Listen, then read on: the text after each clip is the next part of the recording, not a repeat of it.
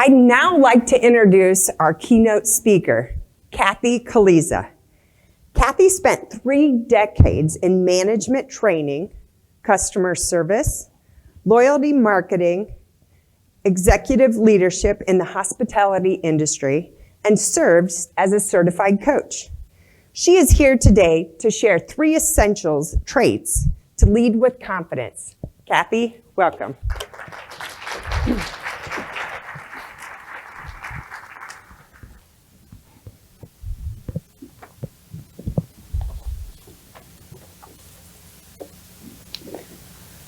Where's the 74% of you that like me?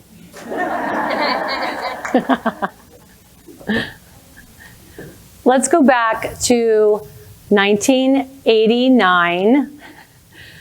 It was a 5:30 a.m. on a typical Monday morning. There I was, a bleary-eyed, I don't have the clicker, by the way. There it is. There I was, a bleary-eyed, ambitious 27-year-old assistant general manager of the Embassy Suites Hotel in Secaucus, New Jersey. I was still in bed. The alarm was blaring. Just 5 more minutes. All of a sudden, I sat up. I was wide awake. This was not a typical day. The new general manager was starting. He was handpicked for our hotel. We were in the midst of our employees signing a petition to form a union. If it wasn't for all those labor relations issues, I would have been waking up in Virginia, not New Jersey that day. My career was not going as I had planned it. When I arrived at work that day, Ralph, the new general manager, asked to meet with me. Kathy, you're the only manager left. The other 6 are gone because the employees like you. Of the previous team, you're the only one that can get the results that we want. I know that your promotion and your move to Virginia were canceled. You're disappointed. I understand your apprehension, but it's great that you have ambition to be a general manager. So do that. Be the general manager. Think and act like a general manager. What would a general manager look like? Do, say, do that. Have you ever gotten a piece of advice and thought, that's intriguing. I'll consider it. I left that meeting knowing that Ralph was exactly the general manager that we needed at that moment. Exactly the general manager that I needed at that moment. And I committed to follow his advice. I didn't give it much thought the rest of the day until the next morning. And I was in a big rush to get out of my car and get into the hotel, and those words, "Be the general manager," came rushing back to me. I didn't realize back then how important those years were going to be for me. Those were the years that prepared me to be able to be here today, giving advice and coaching to audiences and to leaders. It would have been impossible for me to gain the experience and be able to teach this by reading a book. I had to live it. Before you leave here today, we're going to cover a concept that I call ditch the to-dos and master the to-bes. I'm going to see if I can make this thing work. I didn't ask how to use the clicker. The big button. The big button. Click the big button.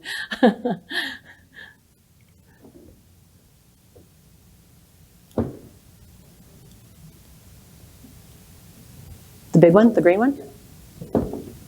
Oh, the big one. The one with the arrow on it.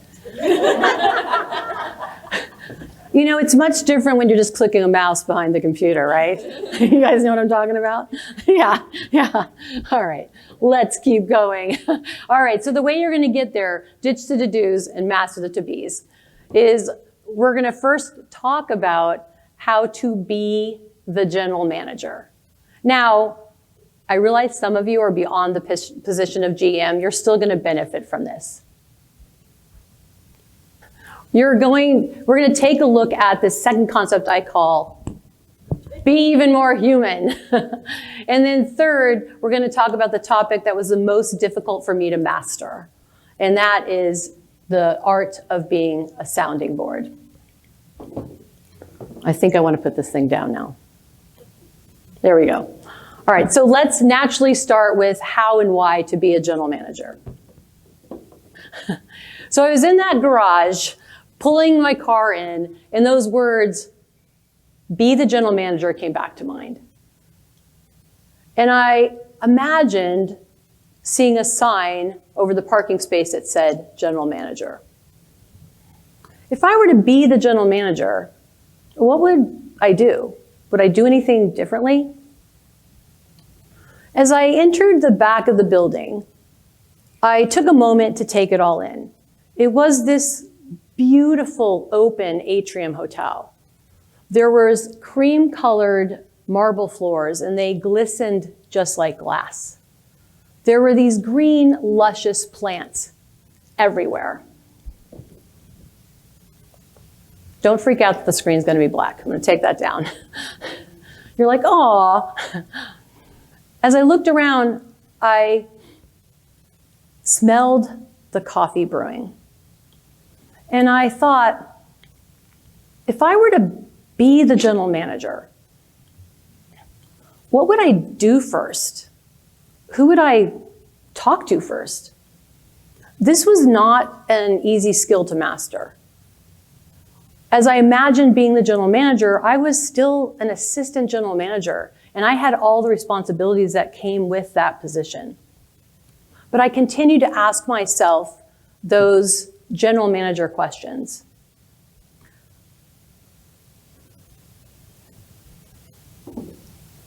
And I continued to do that job. But as I asked myself those GM questions more and more, I started to have a broader view, and I started to see the big picture. As an assistant general manager, I would ask questions like, did the petty cash drawer get counted today? Do we have enough staff? Did you place a liquor order? To be the general manager, I was gonna have to learn to ditch the to-do list and master the to-be list. My to-do list questions were task-oriented. Check items off the list and move on to the next one. The to-be list question was people-oriented, focused on the person in front of me at the moment. I would ask questions like, do you need anything from me today? Is there anything I can get you so you can do your job more efficiently today? I started to prioritize my relationships with the employees and the customers over my very, very, very, very, very, very, very long to-do list. One of the most important questions I learned to ask myself is this. I know I need to ask better questions, but what kind of questions build trust and connection? I continued to practice this over the next 12 months. I became more comfortable and more confident. During that time, Ralph, that new GM, was promoted and he moved to another hotel. Another general manager was placed in the property. It wasn't going very well. He was struggling connecting with both the employees and the managers. And then we heard rumblings of the union again. One afternoon, I found myself sitting in the restaurant with Millwood Hobbs, the regional director of operations, and Vito Stellato, He was the head of HR for the entire company. And Millwood said to me that they wanted me to be the general manager. And I looked at Millwood and I said, "Are you kidding me? In the middle of all these labor relations issues, this is a messy situation." There was a really long pause. Millwood picked up a beverage napkin and he was writing notes down on it. And then he set it down and he slid it across the table to me. I will never forget what was on the back of that napkin. $48,000. Okay, remember this was back in the 80s. That was a lot of money back then.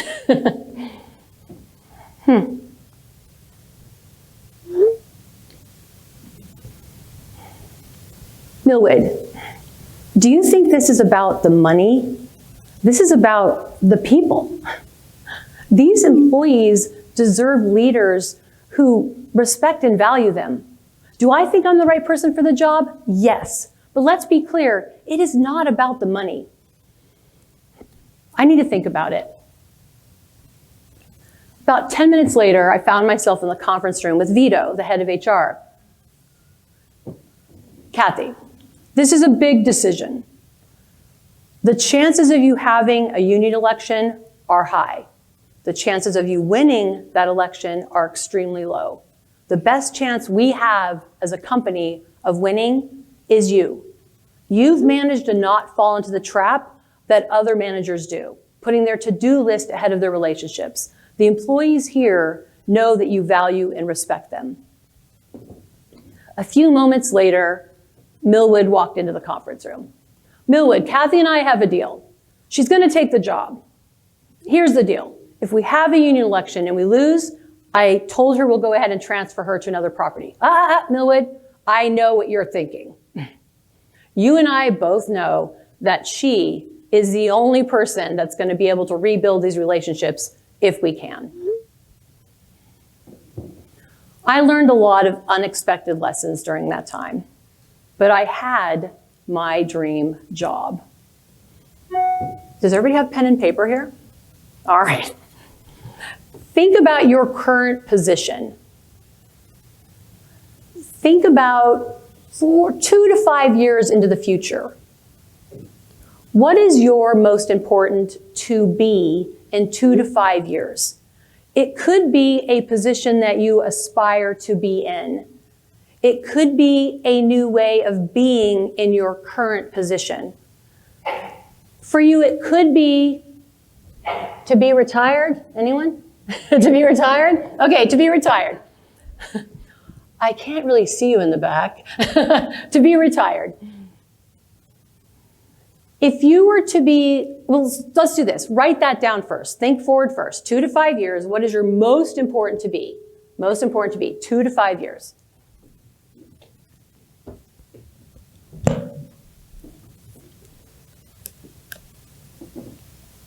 You all look beautiful, by the way. You got one? All right. If you went from measured to bold, oh my goodness, we got to work on that. I'm going to give you one more chance. If you went from measured to bold, okay, there we go. Who is it? That was, you were right. Where's Ashley? You were right, Ashley. You're right. If you were living that to be today, what would you be focusing on? Who would you be focusing on? If you were, if your to be is to be retired, what condition would you want to leave your people in when you retire? If you were to ditch the to-dos and master the to-bes, what to-do would you ditch? What action would you take? If you're having a hard time envisioning this, think about a leader that you know and respect. It could be a leader that you know personally, or it could be a leader that you know of. If you were to be that leader in their shoes, what to do would you ditch? What action would you take? I think I may have a slide on this. Go ahead and write down one to-do you would ditch, one action you would take for that to be in 2 to 5 years.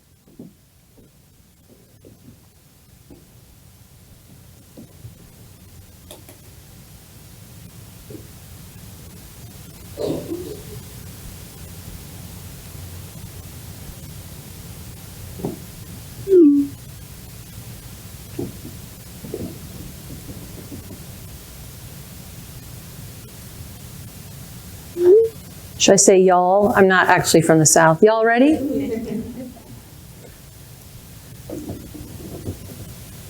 Are you ready to talk to each other? We're going to spend a few moments sharing the action item that you have on your mind that you could take for that most important to be that you have for 2 to 5 years from now. Take a couple moments to share amongst yourselves. Introduce yourselves if you don't know each other yet.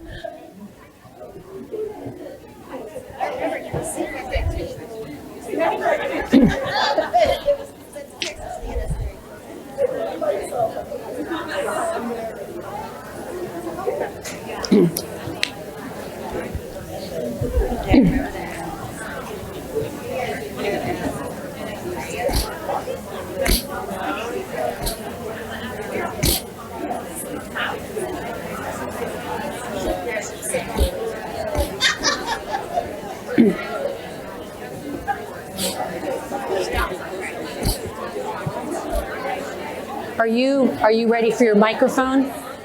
Yeah, we'll have, yeah.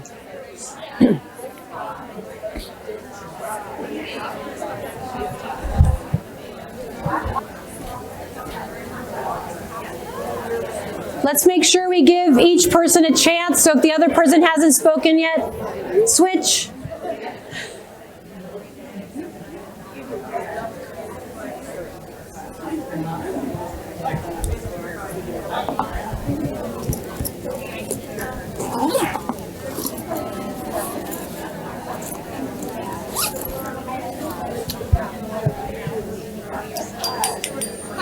I left my stick in the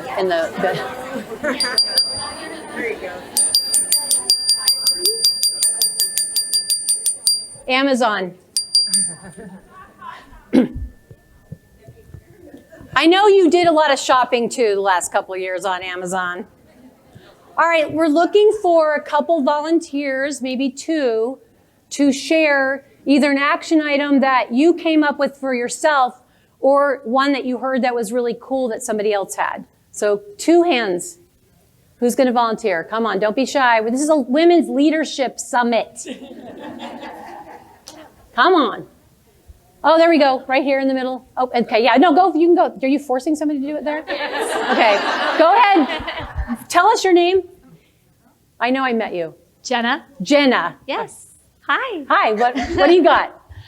We were talking about just letting go of some of the task-oriented things and the time-sucking things that people pull you into, like, oh, I need you to order the coffee, or I need you to do this, or I need to take the day off, so can you mark the calendar for PTO for me, or whatever, those type of things, so that we can concentrate on our big global goals and growing the company and like not letting other people pull us into their minutia, I guess, is more what I was saying. So. All right, that's great. There's, what's your name there? Trish. So there's a good book, since we're liking books here, called Boundary Boss. And it's about creating boundaries. I didn't really read the book. One of my friends has a problem saying no. So I told her I would read it. I listened to the first chapter and I was like, this is really great. She loved it and read the whole thing, and she's still working on all the action items. So Boundary Boss, if you have trouble saying no. Trish. Mine's actually quite similar. My goal was to kind of get out of managing the front lines and be at the higher level. And I think similarly, the things to remove is the daily tasks that you get so buried in and try to look forward to those longer term goals. Yeah, absolutely. Let's give them a round of applause for volunteering or being voluntold. Jenna, that never happens. We're never voluntold. All right. Let me check. I have to check my notes because I'm 60, by the way. I know you're trying to do the math on that, 27, 1989. I'm 60. Okay, let me just tell you how old I am. All right. Oh my goodness. Okay. I know where I am. All right. Now that we've learned how to differentiate between to-dos and to-bes, and we're thinking and acting like a general manager. Now let's talk about number 2, how to be even more human. There's a slide for that one too. We're done. All right, let's fast forward 10 years. I was in Andover, Massachusetts, and I was converting a Marriott hotel to a Wyndham hotel. My right-hand person was my food and beverage director, and in many ways, they were my right brain also. We had this monumental task. We had arrived 6 months earlier with a project plan, a conversion checklist, and $4 million. I know that's not a lot of money in your world, but it was a lot of money for that hotel. The tasks were rather simple. All we had to do is trade out all of the Marriott logoed items for Wyndham logoed items. We had to replace all the subpar products with Wyndham branded products. And then we had to train every single employee on the Wyndham way of customer service. It was a Thursday morning, just after breakfast. My food and beverage director, Melissa, arrived in my office. Kathy, you gotta ease up on the managers. They're working really hard. They've done everything we've asked of them. Can you just cut them some slack? I looked at Melissa and I thought, are you kidding me? We're paying them, and quite well, as a matter of fact. They got to keep their jobs when we took over the hotel, and we have a lot of work to do, and you sound like a broken record. You say this every single day. You say this every single day. Melissa, she wasn't just my food and beverage director, we were friends. We are still really good friends today. I trusted her.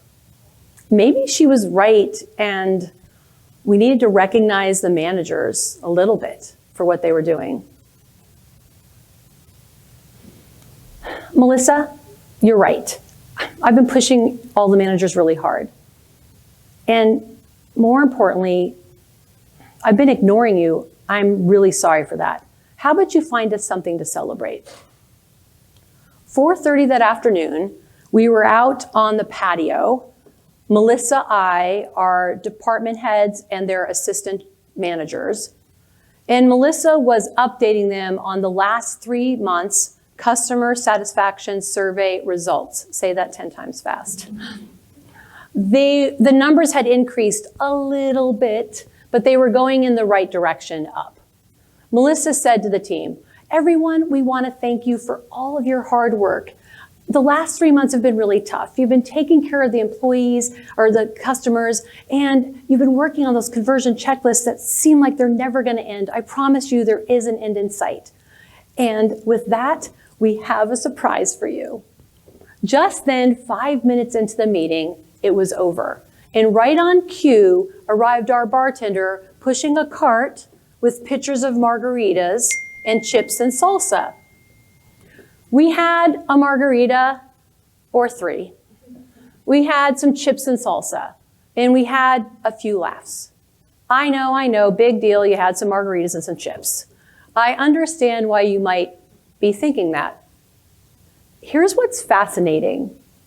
Those managers talked about those margaritas and chips and salsa for at least 3 months. You see, it was spontaneous. It was unexpected.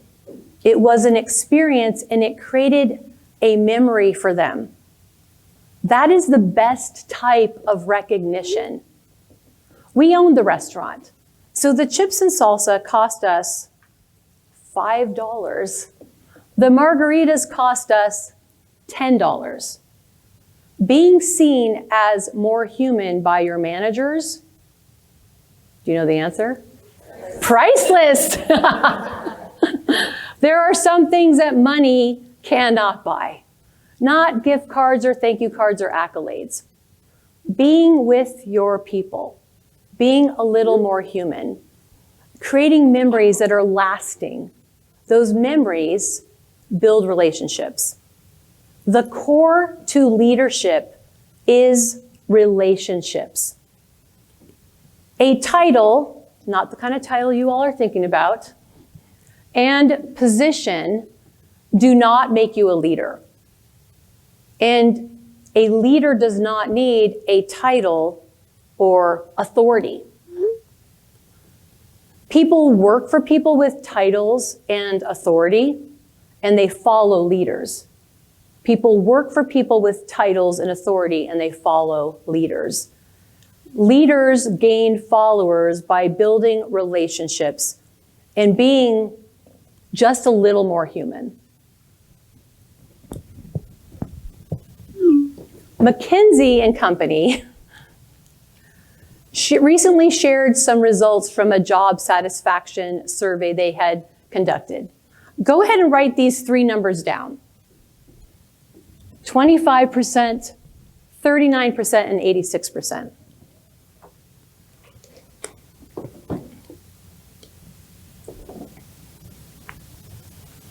Job satisfaction accounts for 25% of life satisfaction. 39% of life satisfaction, or 39% of job satisfaction, comes from satisfaction with interpersonal relationships at work. Most impressive is that 86% of satisfaction with interpersonal relationships at work is a result of the relationship with management. So 86% of your employees' satisfaction with the interpersonal relationships they have at work is their relationship with you, or is it your relationship with them? McKinsey goes on to suggest that managers should ask themselves one question: how do I make my team members' lives easier physically, cognitively, and emotionally? Have you made any updates to the policies and procedures of your organization the last few years so that your employees can perform their jobs efficiently? What training and development does your organization offer so that your employees are able to do their jobs to the best of their ability? How effective are you at using your emotional intelligence to regulate your own emotions and to create a solid foundation for your team? Do you know the person behind the name tag? Or maybe it's the person behind the screen for a lot of you. Are you willing to ask, how are you doing today? More importantly, are you willing to wait for the answer? Knowing this will help you be able to make the lives of your team members easier physically, cognitively, and emotionally. On that patio in Andover, Massachusetts, Melissa reminded me how to be a little more human. Now, truthfully, it really took me about 10 years, a decade, to get this right. Take a moment to think about the 5 or 6 go-to questions that you ask people on a given day or during the week. So I realize that some of you may not have a lot of people working for you, but you work with a lot of people. So think about the people that work for you or you interact with a lot, regularly. What are your normal 5 to 6 go-to questions that you ask throughout the day, throughout the week? Write them down. The questions that help you make their lives easier, those are your to-be list questions. The others are probably your to-do list. So as you're writing them down, determine if they're to-be list or to-do list. Go ahead and take a couple moments to do that. And to let me know when you're done writing, set your pens down, then I'll know it's time to go to the next step.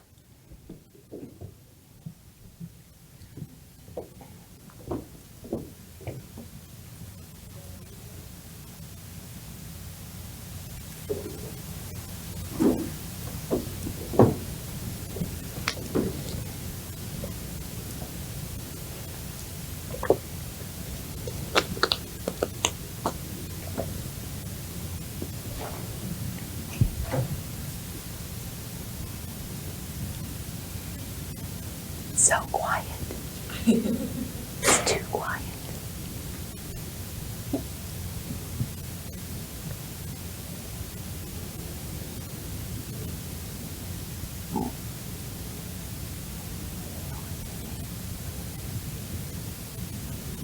So I see some of you put your pens down. So just look at your list and figure out which ones are to-be list, which ones are to-do list. If it helps you make their lives easier, it's a to-be list question. To-do list is like, hey, did you count the petty cash drawer, right? All right, next step. I don't know if I have a slide for this one, it's scary. The next step is to pick your best to-be list question on your list and share it with someone next to you, and then we'll have a couple volunteers share what you've come up with at your tables. All right, so go ahead and share with someone next to you your best to-be list question that you have.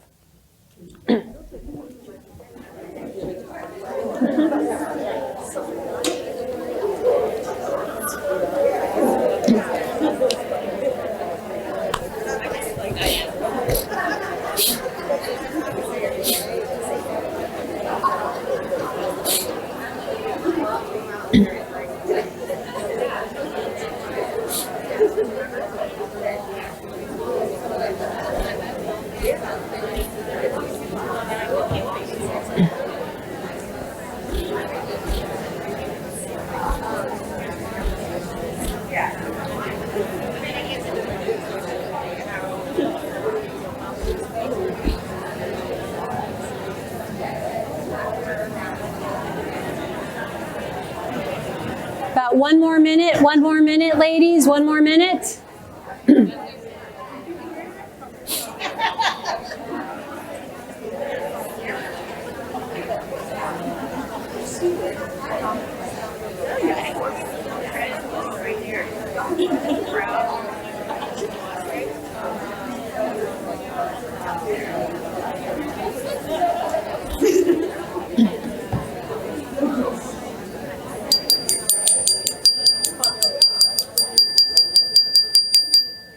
All right, all right, all right. I'm like Matthew McConaughey. I love that. All right, all right, all right.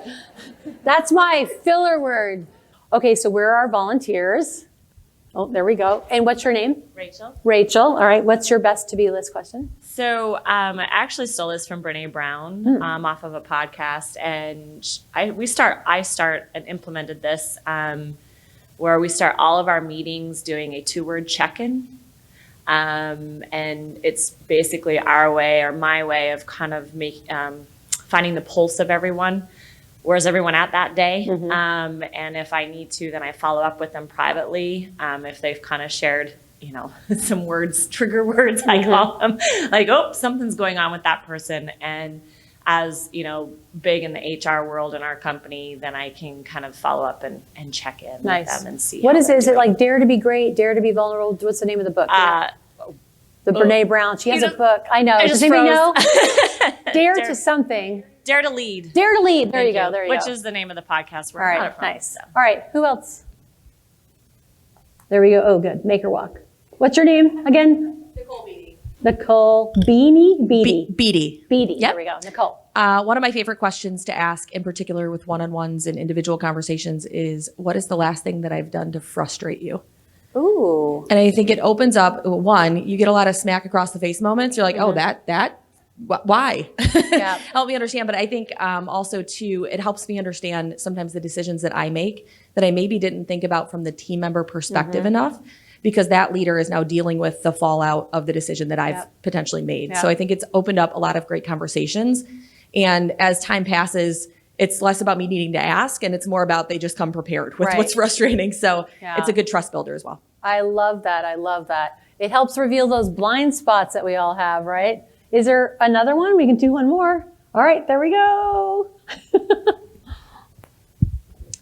Remind me your first name, sorry. Desiree. Desiree, oh my gosh, thank you. So mine is, what inspires you? What did I do recently to inspire you? So everyone's talking about the negativity. If we enforce the positivity, Yes. we will always, the negativity will go away on its own. Yes. So we don't want to rebring it at. We want to make sure it goes forward, because the idea is that if you're always happy, it's like the glass is always full. It doesn't matter what it's full of, Yes. but it's always full, because right now we all need to be inspired. Yes, Dale Carnegie, How to Win Friends and Influence People, teaches that. The importance of not just giving criticism, but also reinforcing what you want more of. So if you just tell people what not to do, right, and it's always negative, they may stop doing everything. So you always want to reinforce the positive also. So that's a great point. Thank you. How to Win Friends and Influence. That's another book like The Millionaire Next Door. It's very similar. It's been around probably as long.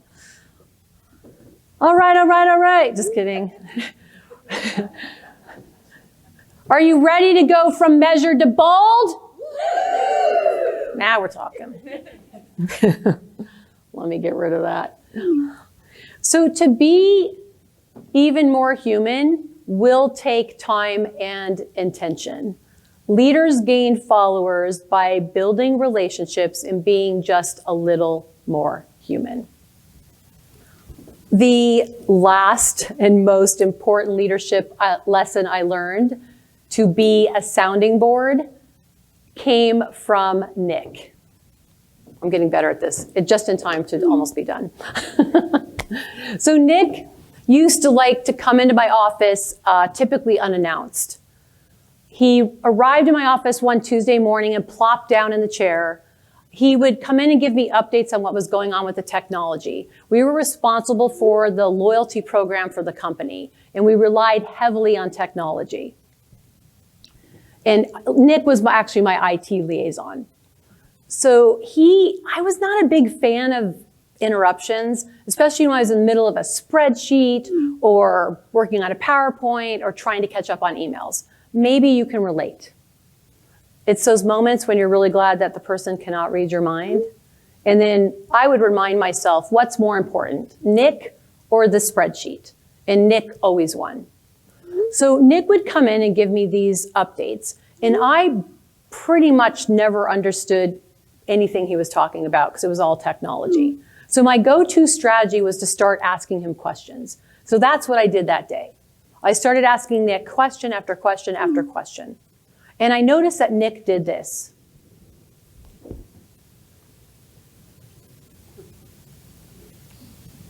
If there wasn't a wall behind Nick, I'm fairly certain he would have fallen backwards. You could see and I could feel the tension. Now, this wasn't the first time. I'd been noticing this for the last 4 weeks, but this particular Tuesday, it seemed a little bit worse. Nick, I feel like there's a little tension maybe between us. Is there something I did or said that frustrated you? Yeah, you don't trust me. What do you mean I don't trust you? Of course I trust you. No, I trust you. Of course I do. Nick, I don't understand what I do. The questions, question after question after question. Nick, okay, look, here's the thing. I'm just trying to figure it all out. I don't understand the technology. I'm just trying to wrap my head around it. Look, you know what, Nick? I'm sorry. It's not you I don't trust. It's me I don't trust when it comes to technology. You know what? From this day forward, I'm going to leave it to you to make sense of it all. You've read the leadership books, right? Habit 5 of the 7 Habits of Highly Effective People, seek to understand, not to be understood. That's what I was doing. But Nick was right. He had a point. I was asking questions for my benefit. I was not seeking to understand Nick.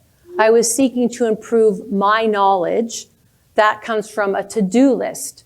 I was asking questions that were self-serving, but I did not understand Nick.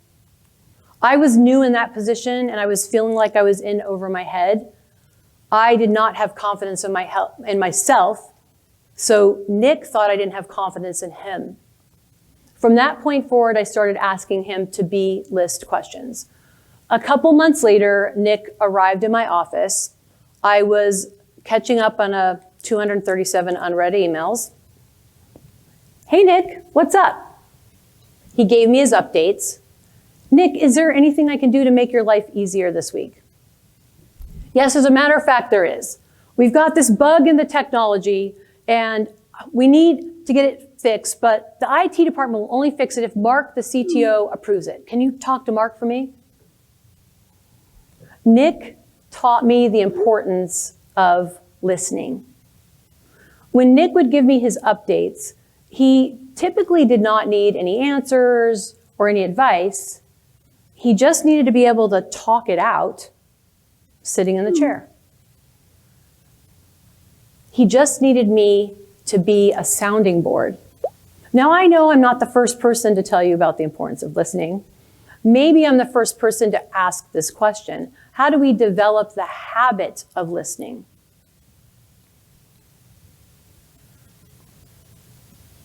You're in the middle of fixing a presentation for a client.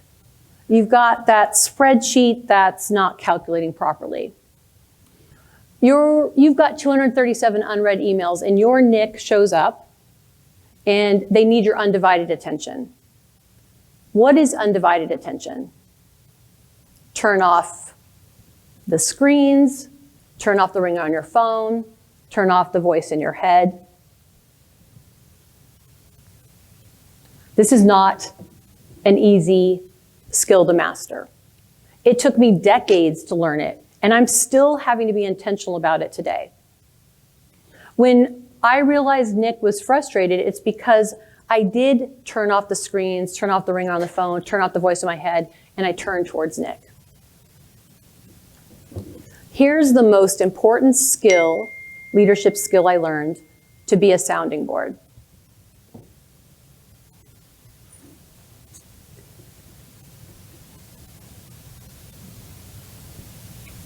Keep my mouth shut. Now, I know during lunch, you may come to me and say, Kathy, I totally understand. No, I was the worst at this. This was the hardest one to master because I was taught as a general manager to have all the answers. I was a jack of all trades. I was the fixer. When you have all the answers, you're doing all the talking.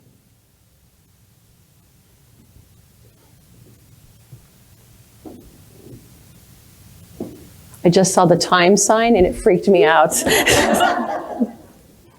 If you have all the answers, you're doing all the talking. Oh my goodness.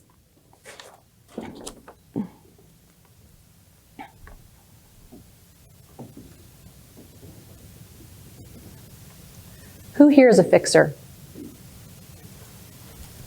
Oh yeah. A lot of fixers in the room, right?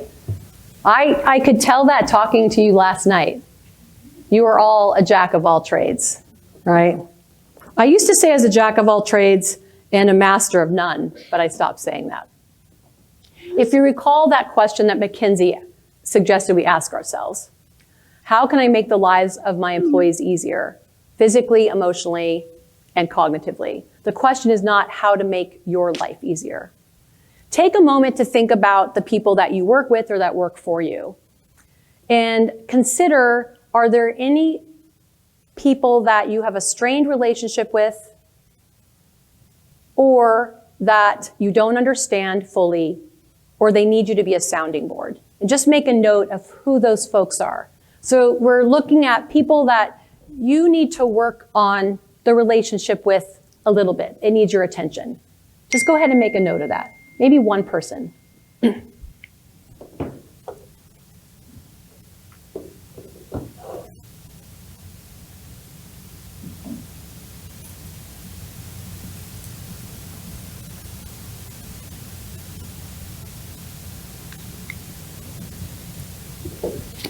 Everyone have at least one? All right. When I was asking Nick questions, I was asking him questions from my to-be list. I wasn't investing in the relationship with my employee. To be a sounding board, we have to have an open mind and a closed mouth so we can hear what they're trying to tell us. These are the 3 most valuable traits or lessons that I learned on my journey to apology-free leadership. Be the general manager, be even more human, be a sounding board.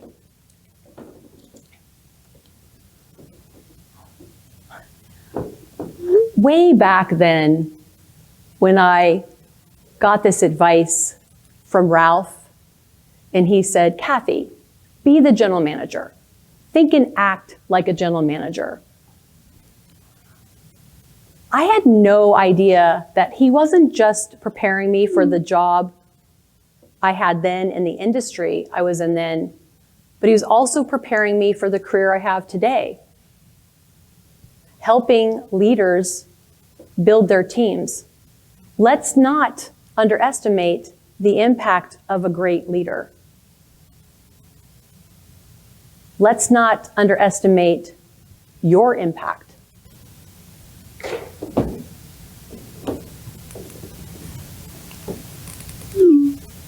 The transformation was not smooth and it was not overnight. My comfort zone was my to-do list. I learned to ask better questions, the right kind of questions.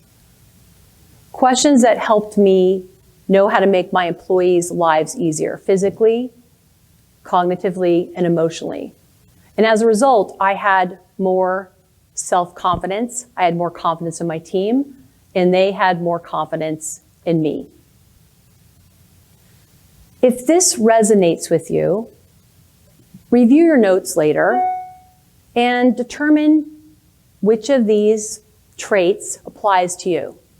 When you get home, schedule some time with your team, maybe for a brown bag lunch, and say, hey, I went to this conference in Savannah, and there was this great speaker who shared these 3 keys, 3 traits of leading with confidence. Be the general manager, be even more human, be a sounding board. Let's debate how it may work for us. If you give attention to these 3 keys, you'll become a more impactful leader. One who people will follow in good times and bad. You'll build a team who will help you and support you in fulfilling your most important to be. And that is something you will never have to apologize for. Thank you.